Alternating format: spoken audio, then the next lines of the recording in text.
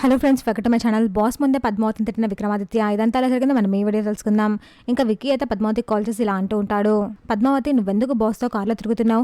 అక్కడికి ఇక్కడికి వెళ్తున్నావు, ఆఫీస్ కూడా ఆ కార్లోనే వస్తున్నావు. నువ్వు నీకు చాలా ఎక్కువైంది, బాగా పొగరు వచ్చింది కదా నీకు, అందుకే ఇలా చేస్తున్నావు కదా అని విక్కీ తిడుతూ ఉంటాడు. పద్మావతి వాళ్ళ బాస్తో కార్లో ఉన్న విషయం తెలియక విక్కీ ఇలా మాట్లాడుతూనే ఉంటాడు. ఆ మాటలు విన్న పద్మావతి అయితే షాక్ అవుతుంది. వాళ్ళ బాస్ వైపు అలాగే చూస్తూ ఉంటుంది.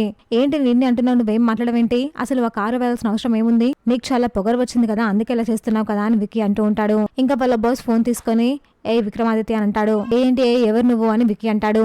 నేను యశోధర్ని అని వాళ్ళ బాస్ అంటాడు. యశోధర్ ఏంటి, అసలు ఎవరు నువ్వు, ఏ యశోధర్ నువ్వు అని విక్కీ అడుగుతాడు. విక్కీ నేను మీ బాస్ని అని అతను గట్టిగా అరుస్తాడు. దీనికి విక్కీ ఒక్కసారిగా లుక్ పడతాడు.